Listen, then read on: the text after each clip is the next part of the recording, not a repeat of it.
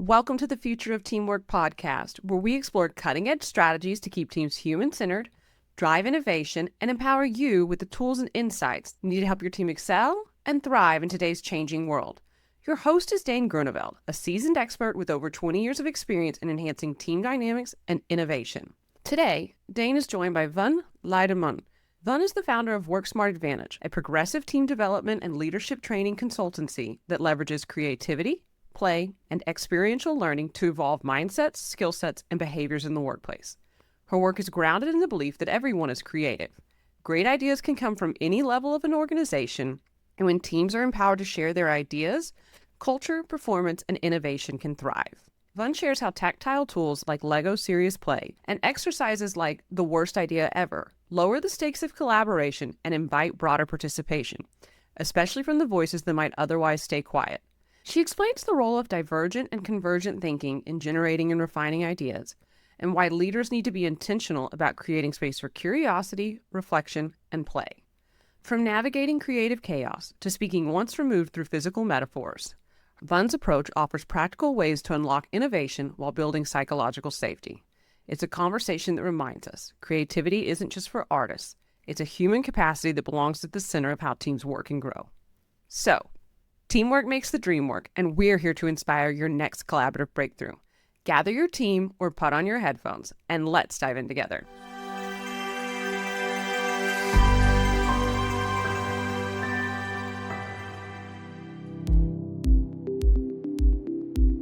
Welcome to the Future of Teamwork podcast. My name's Dane Groeneveld, CEO of the Huddle 3 Group, and today I'm joined by Van Lai-DuMone. Van is the founder and CEO of worksmart Advantage and also the author of a very cool titled book, What If Pigs Can Fly? Welcome to the show, Van. Thank you, Dane. Thanks for having me. You bet. Tell us a little bit more about you. How did you come to be writing this cool book and doing all of this creative and playful work with teams? So, I mean, to go way back, so I don't know, we didn't talk about this before. So I'm a Vietnamese refugee and I came here in 1975 with my family. I was only 2 years old. And there was a situation that happened in the Refugee Integration Center where we were staying. There was a second home here where my mom met this Hollywood movie star named Tippi Hedren, who, helped these 20 women start a career in the manicure industry. And that is now an $8.3 billion industry. And the Wow. story goes back to just paying attention to a curiosity, right? Listening to a curiosity and starting to follow the little breadcrumbs that led them to start their careers, and the immigrants and refugees after them who followed their own curiosities and established now this incredible industry. So growing up, that was my mom's story. But growing up, I grew up as the daughter of refugees. My dad was a former lieutenant colonel in the South Vietnamese Air Force and Catholic, went to Catholic school. So I grew up very structured. But at the same time, I had always had this creativity that was a part of me, but was never nurtured, right? It was like you just grow up, do the right things, go to college, get your master's degree, get a job, and enjoy life once you retire. So even though those were the words my parents told me, what I saw was them having to follow curiosity and creativity every single day for survival. So I think that's what stuck with me. And so after many years of doing what they told me, I just got to the point where I was working in a large organization where I just felt stuck, that there was no creativity, my voice wasn't being heard. And I had this idea to start this business, worksmart Advantage, bringing creativity into the workplace for 6 years while I was working at that place. But I didn't have the courage to leave. And life kind of forced it on me. I had my son 12 years ago. And when he was 8 weeks old, my brother, who was a police officer, he was in a severe motorcycle accident, head-on injury, collision with a tree, and he was in a coma for 2 months in the ICU. So it was during that time with this 8-week-old baby, my brother in the hospital, I'm like, you know what? I need to make a change. Yeah. And that's when I just decided to jump in and leave my job and start this business and bring creativity in the workplace. That's a amazing origin story for the business. I can't even imagine how intense that is with a brother in a coma and a newborn. I can hardly remember the time, right? Because you think Yeah. about like, what you just, as human beings, we just do what we need to at the time. But I look Yeah. back, I'm like, I don't even know how I did that. And you use the word very intentionally about your parents using creativity every day to survive, but survival is a remarkable instinct in humans. Yeah, absolutely. It can either I mean, I think I saw two parts of it because my mom, like that survival instinct, led her to this entrepreneurial lifestyle, right? Like I have to find something new to do to help my family survive and thrive. Where my dad hunkered down and he's like, I'm gonna get one job for the rest of my life because the most important thing for my family is security. Yes. Yeah, it does go. You're right. It does go both ways. It's like a K. Um, that's very interesting. So, bringing sort of creativity to teams, that's good for business. Like, where did you start? Where did you get your first kind of break with a customer that's like, yeah, let's go and try this.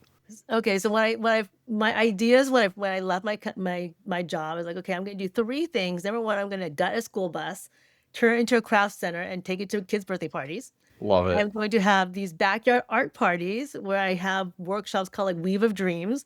Um, and I was going to bring the same type of arts and crafts activities into the corporate world. And I never gutted that bus. So that's an idea that someone else can have. Um, Or you can still do it in the future because I'm all for this is buses. true. But now after having a child, like I don't want more of them around me. So the backyard art parties were interesting and fun, but I felt they were like, I'm a little bit of a hippie, but they were a little too hippie for me. Yeah. And so I really wanted to focus on the workplace. But at that time, what I was trying to do is literally bring arts and crafts activities to a workplace on a Friday afternoon, Yeah. just for the sake of arts and crafts. And no one bought that. like like zero to very few people bought that. So I hunkered back down and thought, okay, how can I still like wanted this to focus on creativity. So how can I pair creativity with something that organizations value? So I went back and thought about the work I've done in the past in team development, leadership development, and I said, I'm going to pair the two. I'm going to combine this idea of going in and teaching leadership development skills, team development skills, but also incorporate creativity into it. So that's how it started. That's so cool.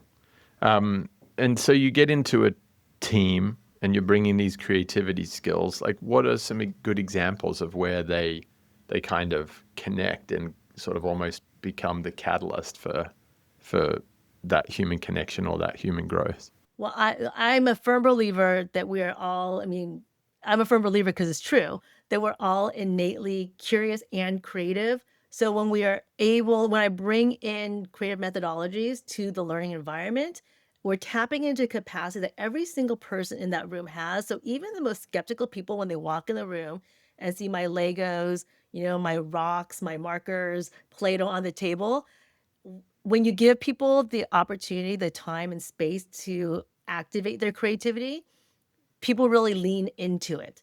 And I had to learn different modalities because when I first started, like I said, it literally was like, let me just bring arts and crafts supplies and let's do something, an arts and crafts project together. So when I started leaning into leadership development, team development, I went out and found different modalities. So I learned the creative problem solving process. So how do we solve problems with these unique tools? Yeah. Through that, I learned the process. Became certified as a trainer and facilitator in Lego serious play, right? A Yeah. facilitation method where we actually are using Lego to build ideas. And there's something about tactile learning and something particularly about Lego that when you build an idea and share the model of your idea, I actually have one right here. And we share the model of your idea, it's easy for people to talk about this than it is for them to talk from here. And then the Interesting. other thing about it too is that it's easy for me to allow you, Dane, to add to this idea, this physical idea, than it would be for me to allow you to, add to the ideas when we're just talking about it. Because Yeah. you're meant to build on this. Yes. So there's a contextual appreciation that comes That's from right. getting into physical. Yes. That's super cool.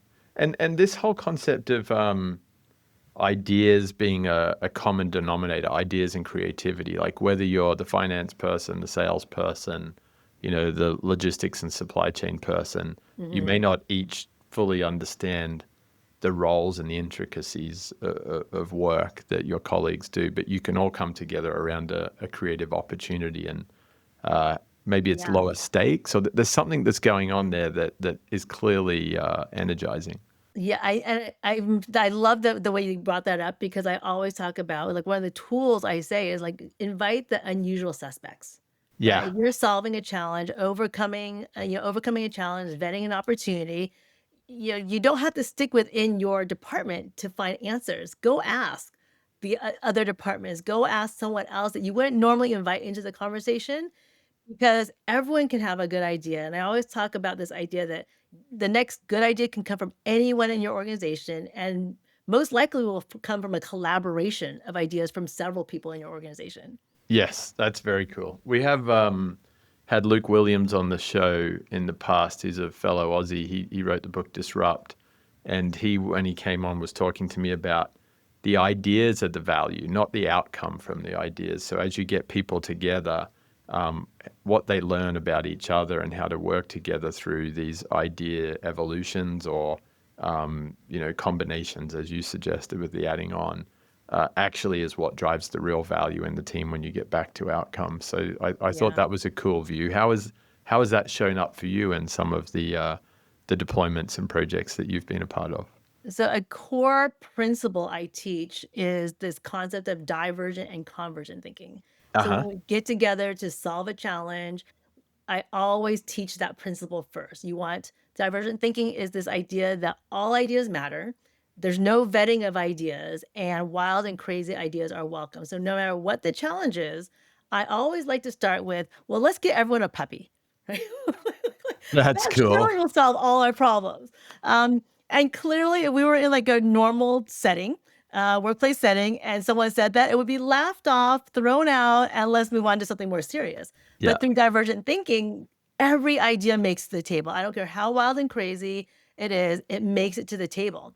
Yeah. And after all those ideas are on the table, then you move to convergent thinking, which is a narrowing down of ideas, using a set of parameter, a set of criteria, such as all amazing ideas, but it has to fit in this budget, fit in this timeline, whatever the criteria is. And then you look at all the ideas that made it to the table, including your Lego builds possibly, Yeah. and see which ones can make it past that filter. Um, and there's and a combination of those ideas too. So what happens is, by the time you get to, like you said, that final result, what you've now done is probably the best idea made it to the finish line, because all ideas made it to the table. And even more than that is that you've built trust and psychological safety on your team. Because for me, I am someone who can speak to you right here, speak in front of a crowd of 100 people, 800 people. But if we're in a small group and let's say you're my leader and you say, hey, this is our challenge, who has an idea to solve it? You're never going to hear from me, No. right? Because I'm afraid my answer is going to be wrong, or I don't want to sound stupid. So when you give people this freedom of divergent thinking, all ideas matter, you won't be judged, Yes. and you actually practice it, you are building that trust, and you're giving people that space that next time you ask and they know their idea will make it to the table, they're going to give it to you. I love that. And it actually ties into some work that I've been doing with Maggie Jackson, who's the author of Uncertain, around creating Mhm. more tolerance for uncertainty. I think that divergent thinking is like, hey, let's not jump into what the obvious things are. Let's kind of explore the art of possible and Yeah. even absurd, Yeah. because that allows us to kind of maybe deprogram, move away from some of our assumptions and biases, and see what's out there and how does it spark the next thing, even Yeah. if it's not directly the answer. Yeah. So I just posted on LinkedIn a video about one of my favorite exercises is called the worst idea ever. So the worst idea ever is this concept where you ask the challenge and then you say, give me the worst idea you can think of to How solve it. cool. Right. But it does, it just lightens the mood, Yeah, right? It yeah, gives yeah. you, and people will be like, well, this is, and people will say to me like, oh, well, this is a really serious challenge. So I'm like, okay, so you should, like, more reason to use it, right? Yeah. And the more serious the challenge, the more wound up people are, and the more scared they are to give you an answer. So this is the best place to use these novel creative problem solving tools, like the worst idea ever, is when you do have a serious challenge. Because what you want to do is make it more creative, make it more playful first, so that you can get people out of their shell. And then you can change that worst idea to be like, okay, thank you for all those worst ideas. What's the opposite of the worst idea that might be more practical for us to solve this challenge? That's very cool. It's almost like a hack, creating that. You're almost removing the fear and all of that threat chemistry Yes, from the room. absolutely. I remember when I was at university, which I enjoyed for the social activities, but didn't love for the academic activities. And whenever I'd have to take a test, I developed this methodology of like, when everyone turns their papers over, I'm just going to grab a pencil and just be drawing for a couple of minutes. And the simple thing for me was I needed to just get myself away from this whole concept that I'm here to do something serious and just That's kind of great. reprogram before I turned the paper over and said, which questions am I going to answer? So it was a bit of a hack for me, Yeah, that's and really I can smart. see how this would work in a team as well. Absolutely. I might steal that one from you and use it Yeah, next time. yeah, yeah. Just start before we even look at today's agenda. Just draw a picture Yes. and tell us what you're feeling. Yeah, and there's one thing that I use sometimes when I go to workshops is I'll put out like I guess construction paper Uh-huh. and tell people like doodle, Yeah. doodle throughout this whole thing, and it's so how would I like healing for me because I went to Catholic school, like, Yes. and You're, doodling was like like it was just forbidden, yeah. right? And now there's all these studies that say that tinkering, doodling helps us retain information. It helps us Oh, come up with yeah. new ideas. Oh, I totally agree. Yeah, we were talking about learning and development the other day amongst a group, and we all realized that traditional learning and development is based in very old Right. and incomplete science. And Mhm. actually, when you look at the best ways that people learn, is it's being in the flow. It's having Yeah. those opportunities to be trying things, playing with things, tinkering, but having that learning moment while you're applying it rather than in the classroom or in a online learning course that you're not going to get to really go out and put to work for 2 or 3 or 4 months.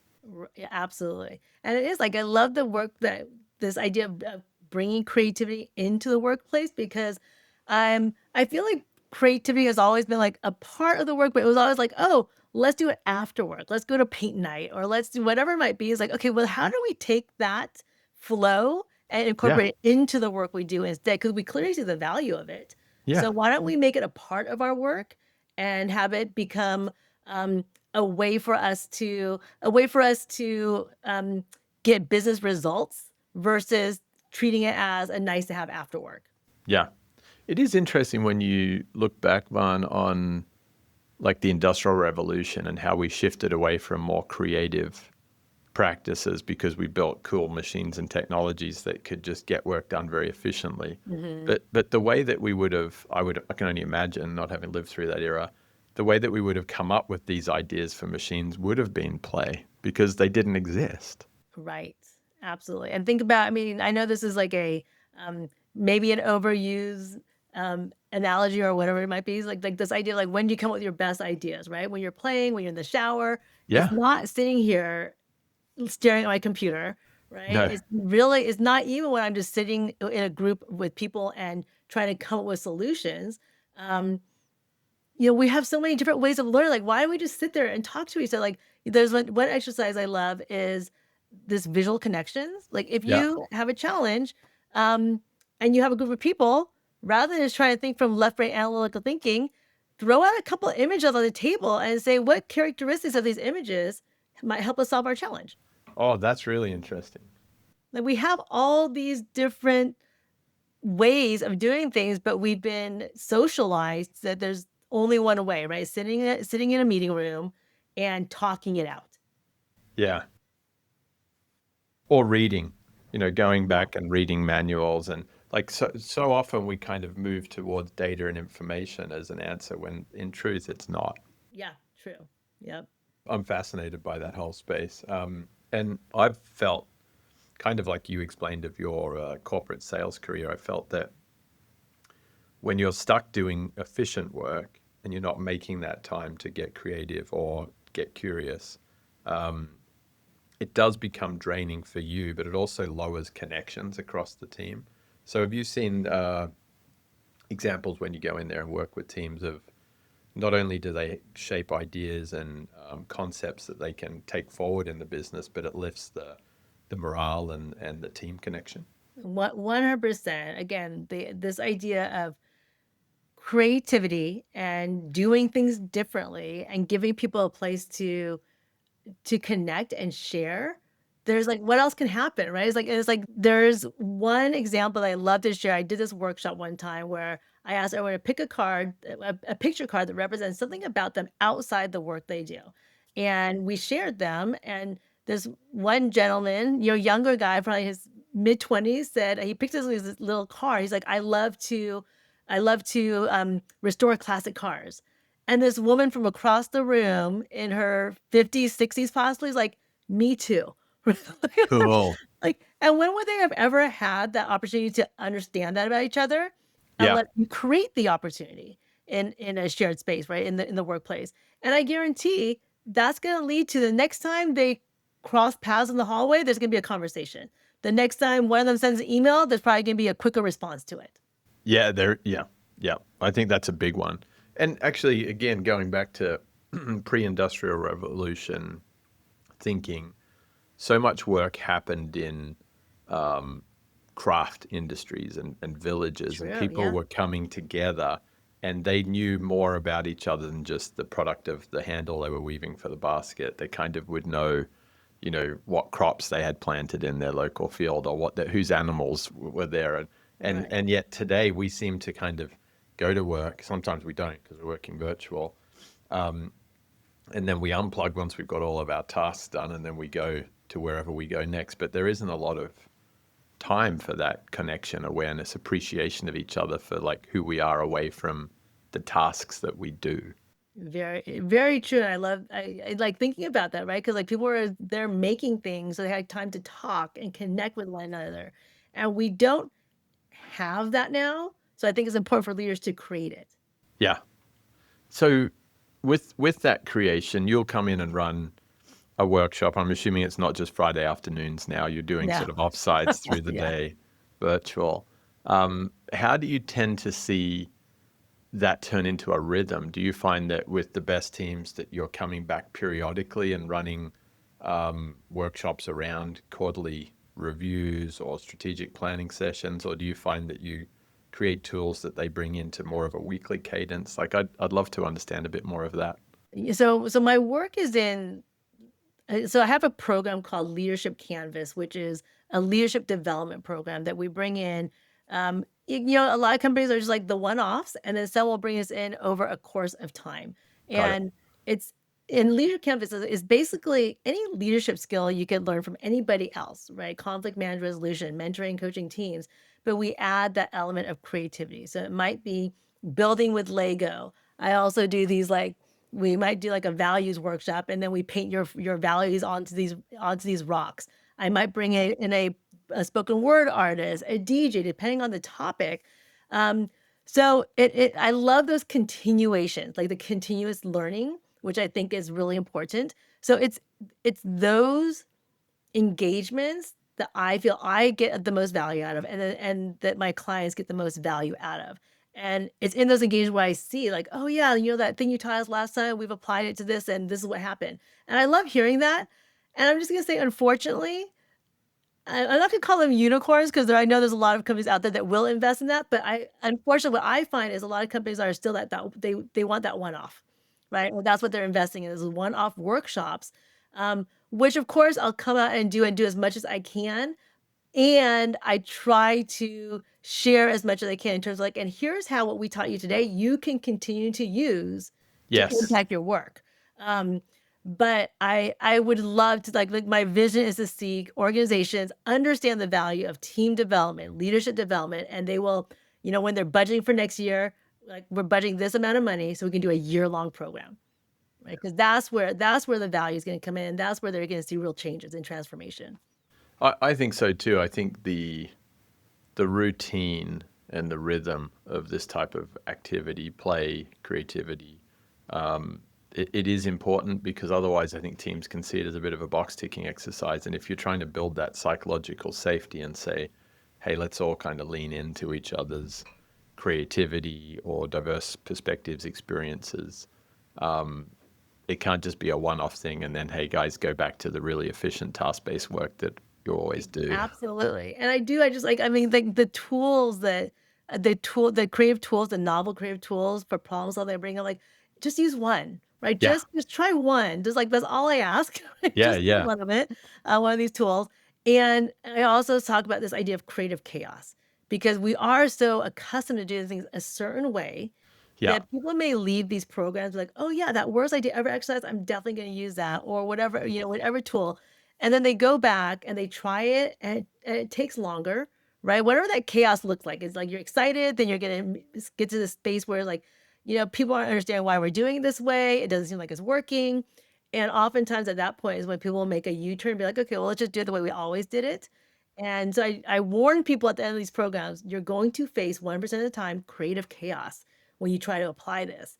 Yes. Your job when you face creative chaos is to keep moving, because on the other side of that creative chaos is innovation, better ideas, building trust, psychological safety. Yes.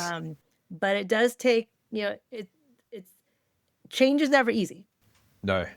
No, it's not easy, and I think it's a muscle that we all need to work on. Yeah.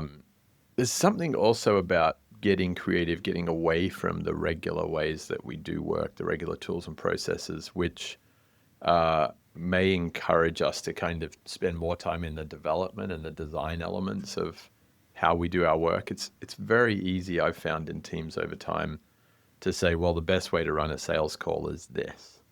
And you'll try something creative once and then you fall back into your regular cadence and rhythm of running a sales call. But I sense that there's more to it if you bring in that creativity on a regular basis.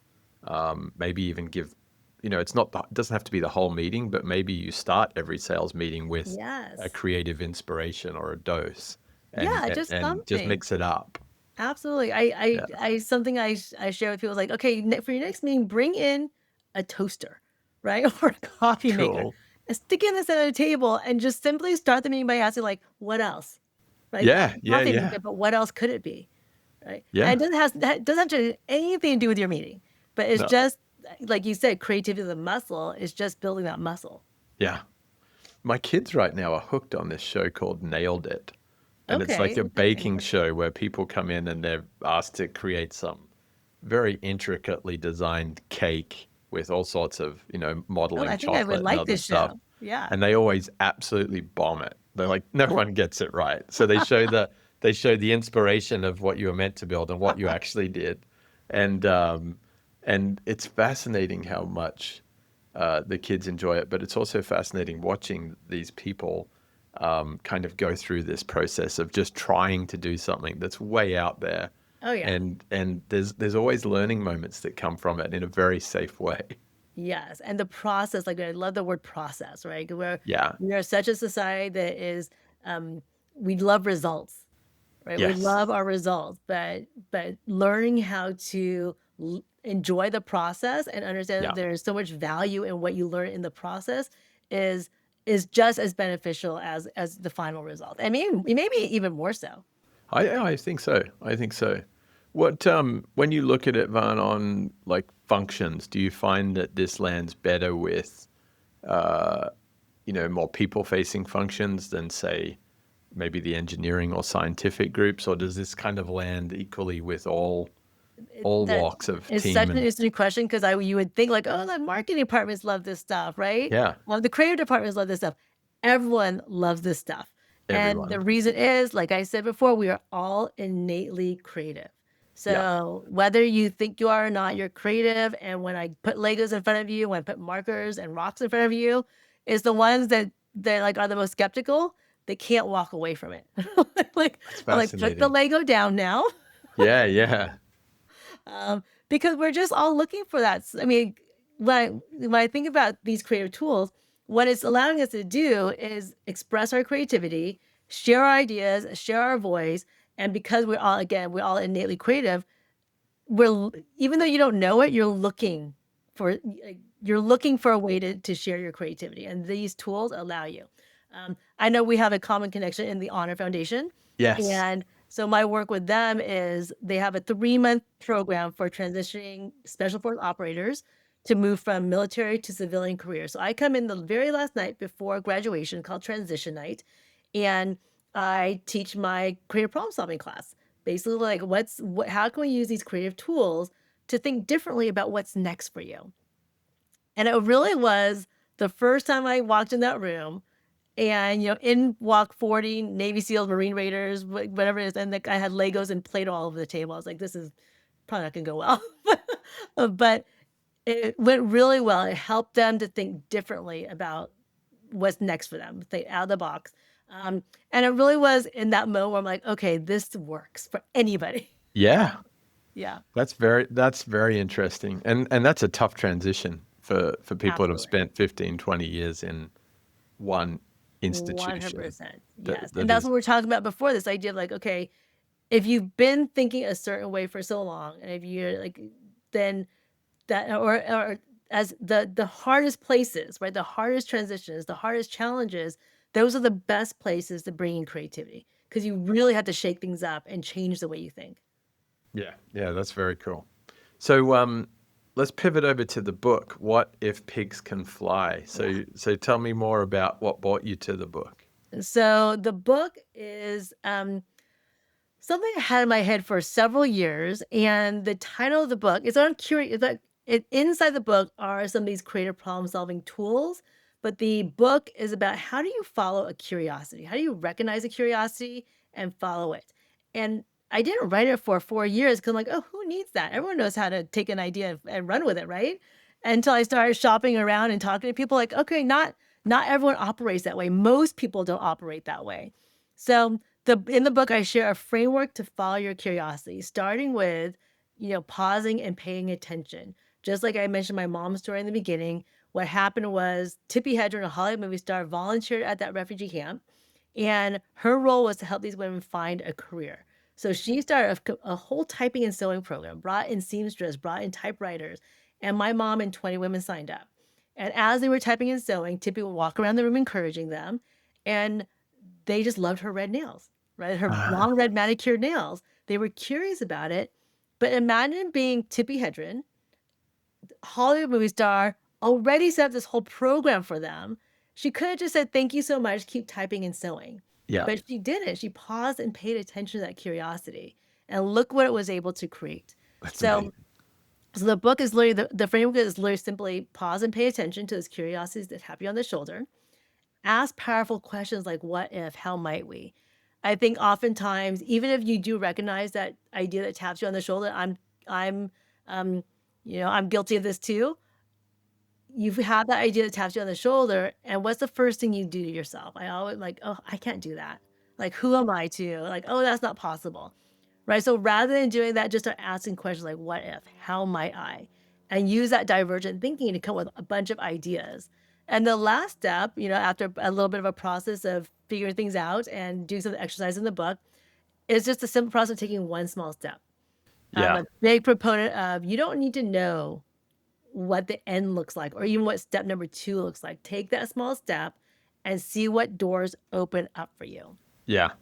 I love that. It's a great framework. I've done some work with Dr. Ernesto Ciroli in the past, and he goes into communities and does what he calls enterprise facilitation, which is just going in and listening to community members Mm, about what they're passionate about, what they have as their kind of innate superpower or ability.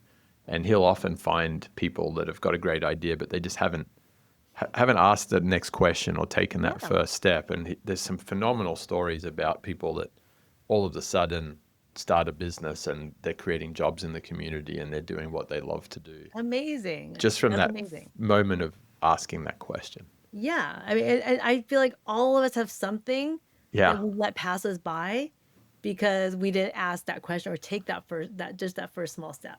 Yeah, it's cool. I actually influenced by some of Ernesto's work because he always says, who were you at 9? Because often that's very Mm, telling of who you are and what you might do yeah. without all of the social norms and pressures placed upon you. So I asked my 11-year-old daughter the other day, I said, hey, if I had this much money for you to go and start a business, what would you want to do? Like, what do you Mm, what do you think would excite you? And within like 3 seconds, she turned around and said, I'd build a gym pod. What's A gym pod? What's a gym that? pod? I'm like, what's that? 11-year-old, never really been to a gym, and it doesn't work out. And she's like, well, what I've observed is that when you go to a gym, you have to wait to use equipment, often that is dirty because someone else has been using it. Mm-hmm. Other people can see you working out, which might not be for everyone. And there's nowhere to put your child or your dog. Now, my daughter has dogs, but she's got no children. She's 11. So I'm like, that's profound that that's what she's seeing in the world. Yeah, it's like she And sees the challenge and she already has a solution. yeah, she's on it. And And so I was like, I well, love what's the next thing you do? And she'd be like, oh, we need to go and find somewhere where we can put it where mothers are going to be. So maybe near a sports ground where they're dropping kids off to go to practice. And I'm like, Yeah. man, it's crazy how like innately human it is. You don't need a business degree to think about how you start solving problems. That's right. And So I was true. like, we've got to go and try this That's now. right. Like, I think you just start a business for you guys. Yeah, that's it. Well, I want to turn that question back around to you, that 9-year-old. Like, would you say that you are doing something that fits into what your 9-year-old was interested in? Yeah, it's a great question. I think so. I think as a 9-year-old, I would have just moved to Tasmania, and I just loved coordinating games, like just bringing people together to play Fun. sports games or Uh-huh. build a fort or whatever it was. But I always loved social connection, and I think if I reflect on my career and what I'm doing now, it's always been about bringing people onto teams to build stuff. And Uh-huh. now I'm spending more time on not necessarily what we're building, but how we team up to do the building. Yeah. And so I've always liked that human connection element and just bringing people together around not necessarily big causes, but just things to do. Yeah. Well, your 9-year-old self would be so proud of you. So no, it's a great question, and I'm probably on a path there. Like it's there, but I'd like to do more of it. Yes, absolutely. Yeah. So with the book, where have you found with that pause and pay attention? Ask those powerful questions, and then taking one small step. Have you found that you're landing more with entrepreneurs and people trying to build new products, or is it fitting in just as well in large organizations where people are Yeah. just trying to find incremental improvements? I think, again, because like I mean, I think I'm fortunate because the topics I happen to speak on and my work, creativity and curiosity, is Yeah. human. They're both human nature, right? Yes. So I found myself working, bringing this book and speaking in front of large corporations.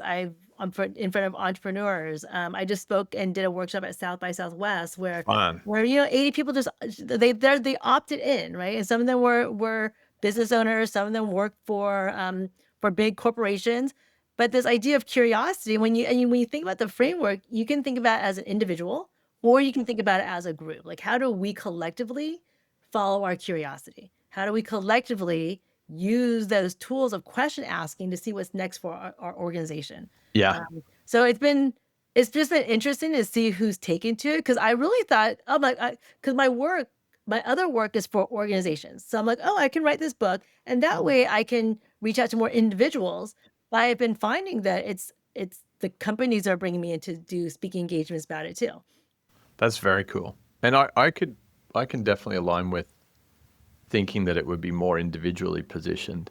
It's fascinating when you think about what an individual gets from being on a team, because on one hand, some people will have a purist view, which is, hey, the team's mission is what matters, and the individual benefits from being part of the team's mission. But Hmm. other people tend to look more at, well, the business and the team's mission is something that helps the individual achieve their own aspirations. So it's a little bit more symbiotic. Yeah. So I wonder whether some of these creative practices are allowing people to develop awareness, appreciation, affirmation of some of their skills that, it might be taking them onto a different career step in the organization, but it may also be giving them the boldness, the courage, the inspiration to go and, start a side hustle or help a friend with their business. It must spill over in that setting, I would It, think. it it really does. It spills over in so many areas. Um, I had one friend who, well, she's become a friend, but she was a client, and she would go back and use these tools at home, Yeah. right? Or like, oh, she's like, I have Legos at home. I'm going to go ask my kids to build a model to represent something they're proud of from today, right? And Yeah. then we have a conversation about that. Or let's go paint rocks together. One of the valuable things about the work in creativity is that it really, everything I teach, you can use it for yourself, Yeah. right? Like use these tools for yourself. That vision, that visual connections thing. Next time you are having a challenge individually, pull out some pictures and ask yourself, right? Or do that with a team, or do it with your kids. So everything I teach, you can use in all areas of your life, which I think is really remarkable. I think it's super remarkable. And I've always liked to think of teams as not just the teams at work or in the community, but I look at family as teams too.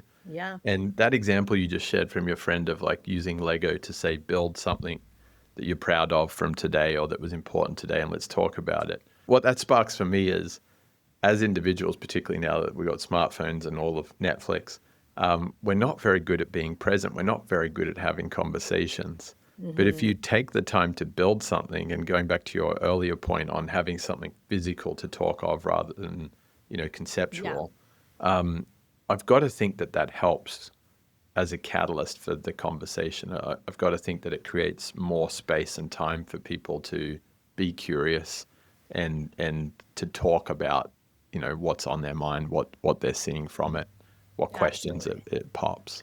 Yeah. And there is something maybe psychological. I mean, Yeah. definitely psychological about, okay, I'm not sharing from here anymore. Yes. I'm talking from here now. So it's once removed from me too. So I can say more Yeah. about this. That's interesting, the power of it being once removed. Yeah, because I think a lot of people have an innate fear when they're talking about an idea that they haven't really tested or taken Yeah. to that next step. So that is really interesting. Yeah. Absolutely. It's cool. Well, I'm definitely eager to go and use some of these creative techniques. I've never done the Lego serious play, so maybe that's going to have to be one of my go-tos after this conversation. Oh, it's a good one. It's a real it's I've seen some really amazing things happen from it. Yeah, there's one story from the Honor Foundation. This gentleman had built, I asked him to build a model of like, something you love when you're younger. Yeah. And so he built this model of him on a boat. He was in the Navy, but he's on a boat, like he was like, and he built himself as like the captain on the boat. He put it on his patio that overlooked the ocean. And again, this is the idea of like thinking about ideas for your future. And 6 months later, he sends me that picture and hit him in the San Diego Bay because he had found a job as a yacht broker, which is he's still doing No now. He way. loves the How job. cool. Yeah. That's a great example. That's super cool. Well, we've covered some really neat stuff here today, Van. There was paying attention to curiosity, and that sense of feeling stuck without creativity. So I think that's a very human element. I love the way you explain that this is a common denominator. No matter whether you're a scientist, an engineer, an accountant, a creative, you're going to be able to embrace this creative play and actually build a bit of human connection through doing it. The psychological safety as well that creates. I love the way you touched on that and how maybe some of the divergent, more absurd thinking can kind of lower the stakes and create a bit more of an open environment for sharing ideas and conversation. And then this latter part, particularly with the book, moving from paying attention to asking the powerful questions and then to taking steps. And that last example in particular, from the Lego captain on the boat to the yacht broker. I mean, Yeah. it's real. It manifests. It absolutely does. Absolutely. I mean, the work is it. I don't know. I think creativity is just so powerful. Curiosity. I wrote in the book, curiosity is the most powerful thing we own. Yeah, So follow yours. that's so cool. That's a great call to action. And for teams out there, hopefully there are more of these unicorn teams that actually want to bring creativity into their day-to-day businesses on a regular basis. Yep. Budget for 2026. Then give us a call. Get it done. So if any of those leaders are out there thinking, how might I bring Van and the team in? Where do they best find you? I am constantly on LinkedIn, so you can find me under my name. Yeah. On LinkedIn, or you're welcome to email me at van@worksmartadvantage.com. Awesome. Yeah. Well, thank you for your time today. This has been a really fun way to wrap up my week. Yeah, this was really fun. Thank you so much, Dane. You bet. Thank you for joining us. remember that by embracing vulnerability, trusting our intuition, and approaching challenges with compassion, we not only strengthen our teams, but also pave the way for a future where collaboration thrives. If you're hungry for more insights, strategies, and research on collaboration, head over to thefutureofteamwork.com. There, you can join our mailing list to stay updated with the latest episodes and get access to exclusive content tailored to make your team thrive. Together, we can build the future of teamwork. Until next time.